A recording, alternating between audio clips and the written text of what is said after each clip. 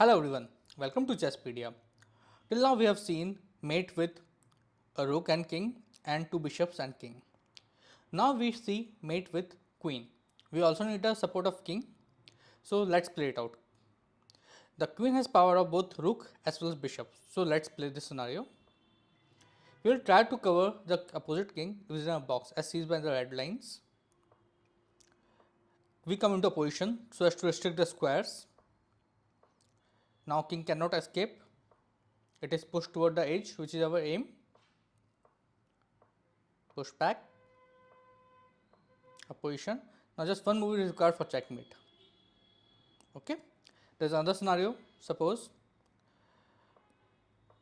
here, then after this king goes here. No issues. We limit the squares because, and then simple checkmate. I hope this scenario is very clear to you. Just remember, don't do stalemate. Okay. Thank you.